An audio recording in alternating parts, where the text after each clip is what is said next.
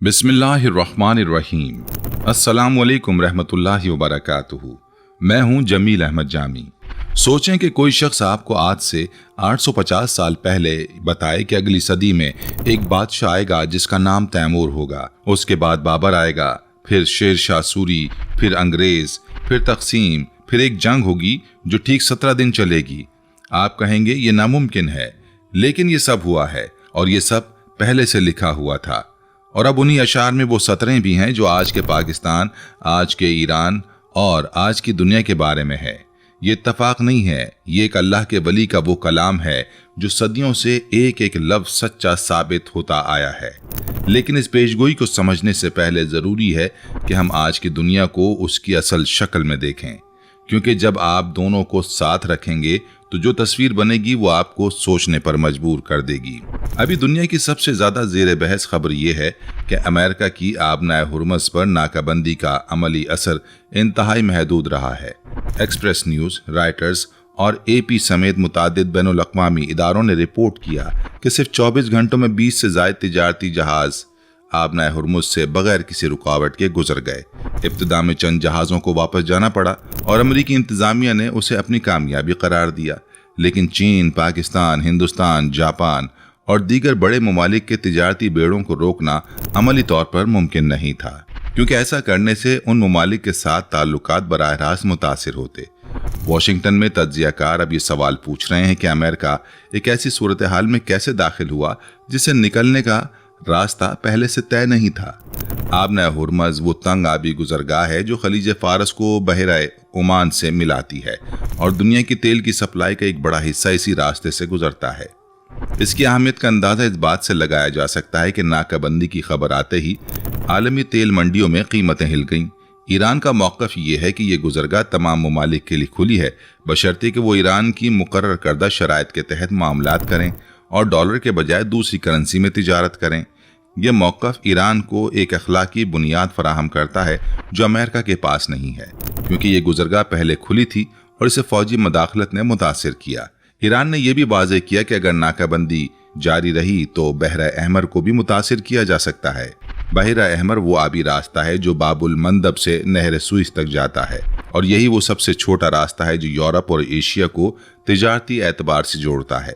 Yemen में मौजूद हौसी अफवाज उस इलाके में उस मकाम पर तैनात हैं जहाँ से इस गुजरगाह को मुतासिर किया जा सकता है और गुज़िश्ता महीनों में उन्होंने ये सलाहियत अमली तौर पर भी जाहिर की।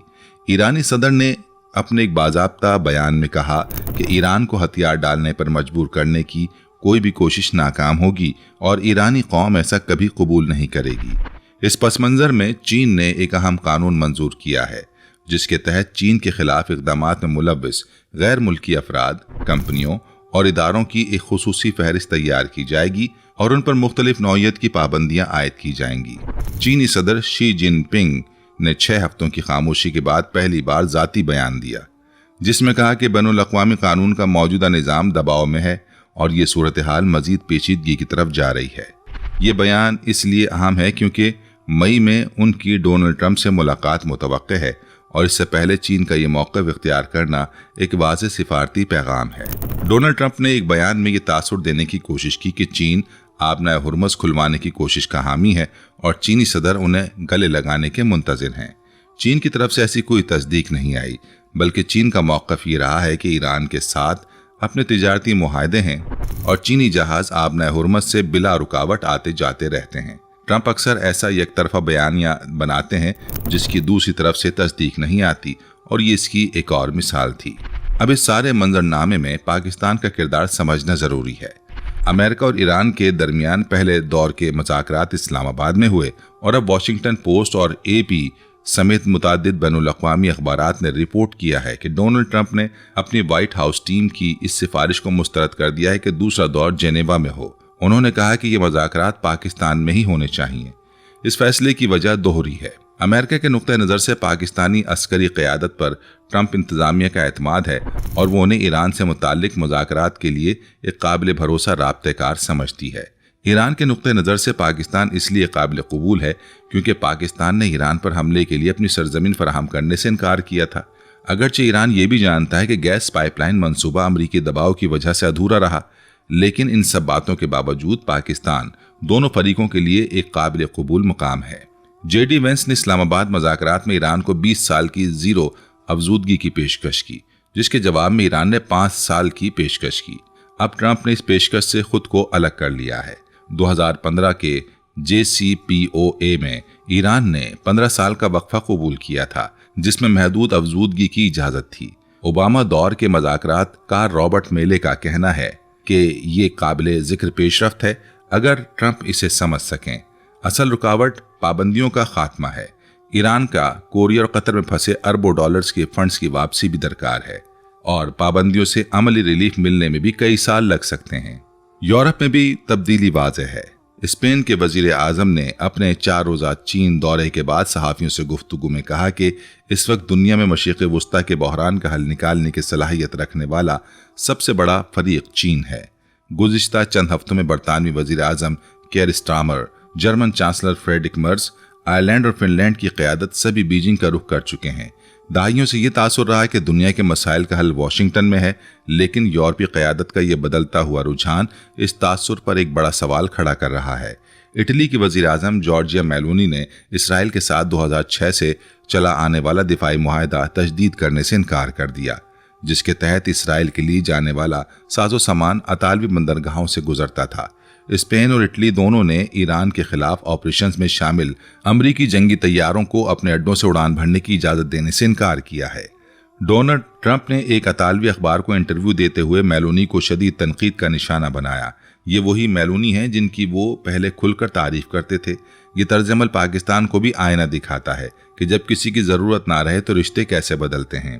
ताइवान की अपोजिशन जमात कोमिंगतांग की कायद ने चीनी सदर से मुलाकात की और दोनों ममालिक के दरमियान बेहतर ताल्लुकात का फ्रेमवर्क रखने की कोशिश की। अमेरिका कई दहाइयों से ये तासुर देता आया है कि चीन का ताइवान के साथ तनाज़ा फौजी महाजराई की तरफ जा रहा है, जबकि अमली तौर पर चीन सिफारती और सियासी रास्ता इख्तियार करता नजर आता है। ये भी अमरीकी खारजा पॉलिसी के बयानिए पर एक बड़ा सवालिया निशान है। अब पाकिस्तान की अपनी सूरत हाल पर आते हैं, जो इन तमाम बैनुल-अक़वामी हालात से जुदा नहीं है, बल्कि इनसे बराह रास्त जुड़ी हुई है। मोहम्मद ज़ुबैर साहब की तफसीली प्रेस कॉन्फ्रेंस में जो आदाद और शुमार बयान किए गए, माहिरीन मईशत और IMF की रिपोर्टों से उनकी तस्दीक होती है। 4 सालों में मुल्क की ज़र मुबादला में कोई काबिल ज़िक्र इजाफा नहीं हुआ। मुल्क में जो ज़खायर मौजूद हैं वो दोस्त ममालिक का वदियत शुदा सरमाया है। जब UAE ने अपने पैसे वापस मांगे तो सऊदी अरब से 3 अरब डॉलर का नया इंतज़ाम किया गया। अगर किसी भी लम्हे सऊदी अरब या चीन ने अपना सरमाया वापस मांग लिया तो मुल्क 1 हफ्ते के अंदर डिफ़ॉल्ट कर सकता है। ये सिर्फ अपोजिशन का बयानिया नहीं, ये वो तल्ख़ हकीकत है जो बैनुल-अक़वामी मालियाती इदारों की रिपोर्टों में भी मौजूद है। सितंबर 2023 में आर्मी चीफ ने कराची और लाहौर के 5-5 घंटे के इजलासों में सऊदी अरब से 25 अरब डॉलर सरमायाकारी लाने के दावे किए थे, करप्शन ख़त्म करने और स्मगलिंग बंद करने के वादे किए थे और मईशत बचाओ मिशन खुद अपने कंट्रोल में लिया था। आज उसी दौर में वज़ीर दाखिला मोहसिन नकवी कारोबारी हजरात से गुजारिश कर रहे हैं कि कम से कम 30% सरमाया वापस ले आएं, क्योंकि गुज़िश्ता 3 साल में 100 अरब डॉलर से ज़्यादा बाहर जा चुके हैं। ये तजाद आदाद और शुमार खुद बयान करते हैं और किसी तबसरे का मोहताज नहीं। इस पूरी सूरत हाल को समझने के लिए ज़रूरी है कि हम ये भी देखें कि पाकिस्तान की मईशत आज कहाँ खड़ी है और इसका आलमी हालात से क्या ताल्लुक़ है। पाकिस्तान का कुल कर्जा आज इतना बढ़ चुका है कि हर पाकिस्तानी शहरी औसतन 2 लाख रुपए से ज़्यादा का मकरूज है और ये कर्जा हर साल बढ़ता ही जा रहा है। रुपए की कदर गिर रही है, महंगाई बढ़ रही है, बिजली के बिल आम घरानों की पहुंच से बाहर हो चुके हैं और नौजवानों की एक बड़ी तादाद बैरून मुल्क जाने के लिए बेताब है, क्योंकि उन्हें अपने मुल्क में मुस्तकबिल नज़र नहीं आता। ये वो ज़मीनी हक़ाइक़ हैं जिसे किसी भी तज्ज़िये में नज़रअंदाज नहीं किया जा सकता। इसी तरह पाकिस्तान और अमेरिका के ताल्लुकात को समझना भी ज़रूरी है। अमेरिका ने पाकिस्तान को हमेशा अपने इलाक़ाई मफादात के तनाजुर में देखा है। जब अफगानिस्तान में सोवियत यूनियन के खिलाफ जंग हुई तो पाकिस्तान अमेरिका का सबसे करीबी इत्तेहादी बन गया। जब वो जंग खत्म हुई तो अमेरिका ने पाकिस्तान को प्रेसलर तरमीम के तहत पाबंदियों में जकड़ दिया। फिर 9/11 के बाद दोबारा पाकिस्तान की ज़रूरत पड़ी और रिश्ता बहाल हुआ। जब अफगानिस्तान से अमरीकी फ़ौज निकल गई तो फिर पाकिस्तान की अहमियत कम हो गई। आज ईरान के मामले में पाकिस्तान की ज़रूरत है तो फिर रिश्ता गर्म हो गया है। ये एक चक्कर है जो दहाइयों से चल रहा है और पाकिस्तानी अवाम हर बार इस चक्कर में पिसते रहे हैं। दूसरी तरफ चीन के साथ पाकिस्तान का ताल्लुक मुख्तलिफ नौइयत का है। पाक चीन इक़्तिसादी राहदारी एक बड़ा मंसूबा है, लेकिन इसके फ़वाइद और नुकसानात पर भी खुलकर बात होनी चाहिए। इस मंसूबे के तहत जो कर्जे लिए गए उन्हें वापस करना भी पाकिस्तान की जिम्मेदारी है। चीन के साथ ताल्लुक मजबूत है, लेकिन ये बिरादरी का ताल्लुक नहीं बल्कि मफादात का ताल्लुक है और हर मुल्क अपने मफादात के लिए काम करता है। इस हकीकत को समझते हुए पाकिस्तान को अपनी खारजा पॉलिसी बनानी चाहिए। ईरान की सूरत हाल को भी एक और जाविये से देखना जरूरी है। ईरान एक ऐसी कौम है जिसने 40 साल से जायद अरसे से अमरीकी पाबंदियों के बावजूद अपनी रियासत को चलाया है, अपनी फौज को मजबूत रखा है और अपनी खारजा पॉलिसी खुद तय की है। ये कोई छोटी बात नहीं। दुनिया में बहुत कम ममालिक हैं जिन्होंने इतने बड़े दबाव के सामने अपनी आज़ादाना पॉलिसी बरकरार रखी हो। ईरान से इत्तफाक या इख्तिलाफ अलग बात है, लेकिन यह हकीकत तस्लीम करनी होगी कि ईरान ने अपनी कौमी खुदमुख्तारी के लिए बहुत बड़ी कीमत अदा की है और आज वो मज़ाकरात की मेज़ पर उसी मजबूत मौक़िफ़ के साथ बैठा है। अब एक अहम सवाल ये भी है कि इन तमाम बैनुल-अक़वामी तब्दीलियों का पाकिस्तान के आम आदमी पर क्या असर पड़ता है। जब आपनाए हुर्मुज़ में तनाव बढ़ता है तो तेल महंगा होता है और पाकिस्तान में पेट्रोल की कीमतें बढ़ती हैं। जब डॉलर मजबूत होता है तो पाकिस्तान की बरामदात के निर्ख मुतासिर होते हैं। जब आलमी ग़ज़ाई अजनास महंगी होती हैं तो पाकिस्तान में आटा, चीनी और खाने पीने की चीज़ें महंगी हो जाती हैं। यानी दुनिया के किसी भी कोने में होने वाली तब्दीली पाकिस्तान के उस गरीब आदमी तक पहुंचती है जो सुबह उठकर अपने बच्चों के लिए 2 वक्त का खाना जताने की फिक्र में होता है। यही वजह है कि दुनिया के हालात को समझना सिर्फ पॉलिसी साजों का काम नहीं बल्कि हर पाकिस्तानी शहरी की ज़रूरत है।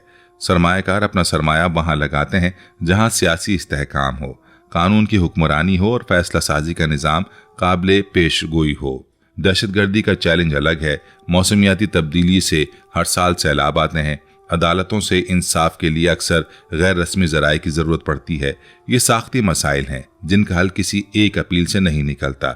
जब तक इन बुनियादी मसाइल को नहीं सुलझाया जाता, सरमायाकारी की अपीलें महदूद असर रखेंगी और मुल्क की इक़्तिसादी सूरत हाल बेहतर नहीं होगी। तारीख ये बताती है कि पाकिस्तान में जब भी किसी बैरूनी ताकत के साथ खुसूसी ताल्लुक कायम हुआ, इक़्तिदार में बैठे लोगों को कुछ न कुछ मिला, लेकिन आम पाकिस्तानी को बहुत कम मिला।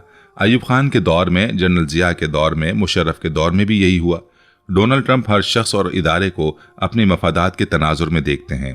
एक ज़माने में इमरान खान भी उनके ख़ास दोस्त थे।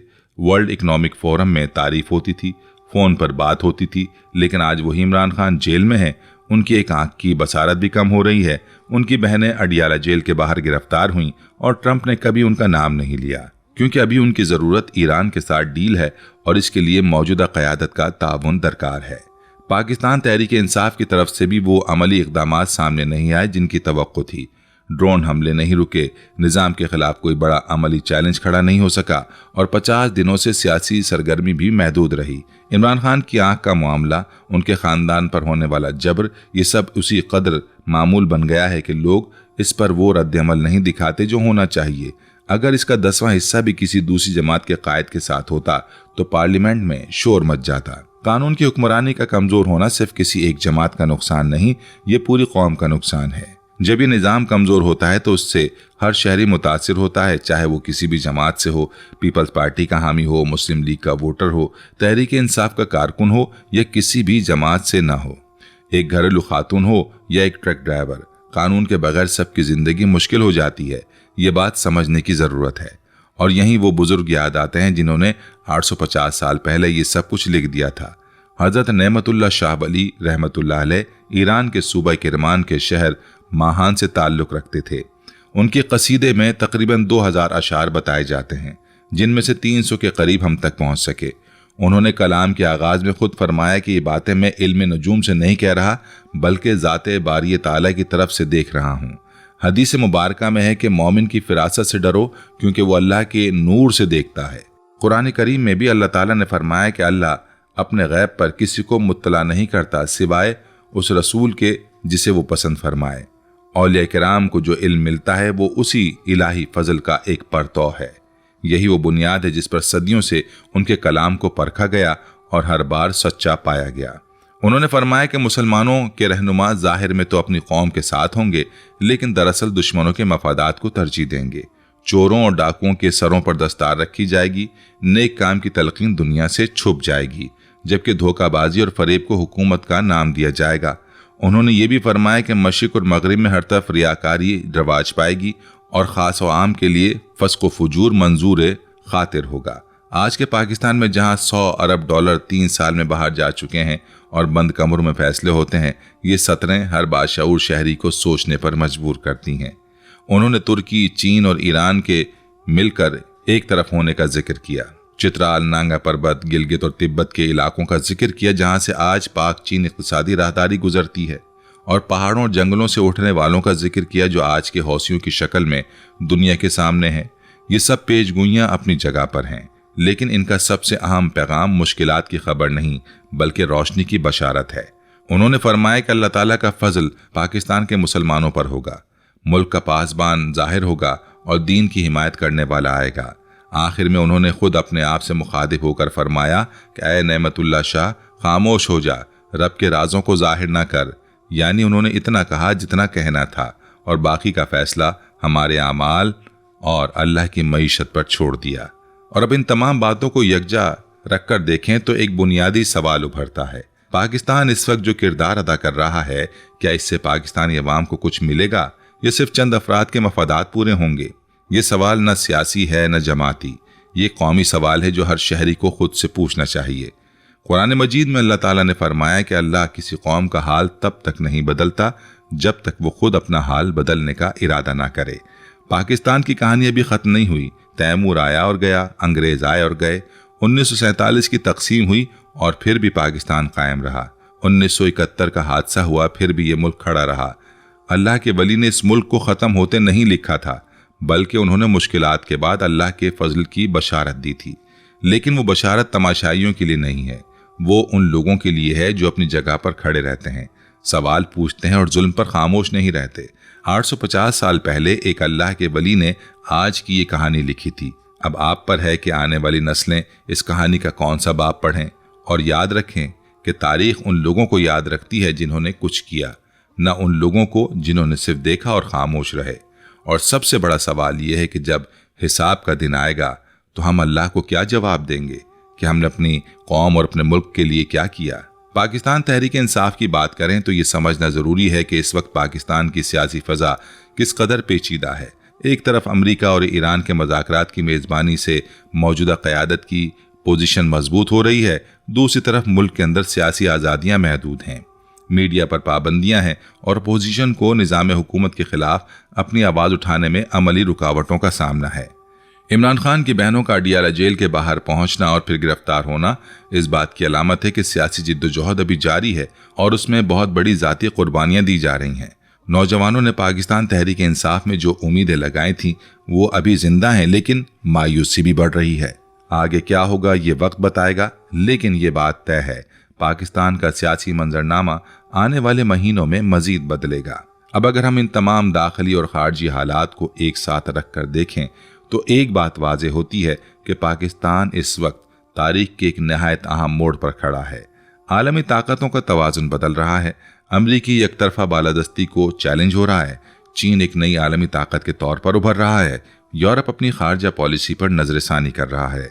और इस सारे बदलते निज़ाम में पाकिस्तान का क्या किरदार होना चाहिए, ये एक ऐसा सवाल है जिसका जवाब सिर्फ इक़्तिदार के ऐवानों में बैठे लोग नहीं बल्कि हर पाकिस्तानी को ढूंढना होगा। यहाँ एक और अहम पहलू का जिक्र ज़रूरी है जो अक्सर नज़रअंदाज कर दिया जाता है, और वो है पाकिस्तान की नौजवान नस्ल का किरदार। पाकिस्तान में आज तकरीबन 60% आबादी 30 साल से कम उम्र है। ये वो नस्ल है जो सोशल मीडिया पर खबरें पढ़ती है, जो दुनिया से जुड़ी हुई है, जो अपने मुल्क के हालात देखकर परेशान है लेकिन बेहतरी की उम्मीद भी रखती है। अगर इस नस्ल को मुनासिब मौक़े मिलें, अगर तालीम का मेयार बेहतर हो, अगर कारोबार करने का माहौल साजगार हो, अगर हुनर और काबिलियत को पहचाना जाए तो यही नस्ल पाकिस्तान की तकदीर बदल सकती है। लेकिन अभी सूरत हाल ये है कि हर साल लाखों तालीम याफ्ता नौजवान बैरून मुल्क चले जाते हैं और उनकी सलाहियतें पाकिस्तान के बजाय दूसरे ममालिक के काम आती हैं। पाकिस्तान के लिए एक बहुत बड़ा नुकसान है जिसका जिक्र तो होता है, लेकिन उसका हल निकालने के लिए संजीदा कोशिश नजर नहीं आती। इलाकाई सतह पर भी सूरत हाल तेजी से बदल रही है। हिंदुस्तान और पाकिस्तान के ताल्लुकात अभी भी कशीदा हैं। अफगानिस्तान की सूरत हाल पाकिस्तान की सिक्योरिटी को बराह रास्त मुतासिर करती है। ईरान के साथ ताल्लुकात में उतार चढ़ाव आता रहता है। इन तमाम इलाकाई चैलेंजों से निमटने के लिए पाकिस्तान को एक वाज़ेह, मुस्तकिल और कौमी मफादात पर मबनी खारजा पॉलिसी की ज़रूरत है, जो हर चंद साल बाद बदलती ना रहे।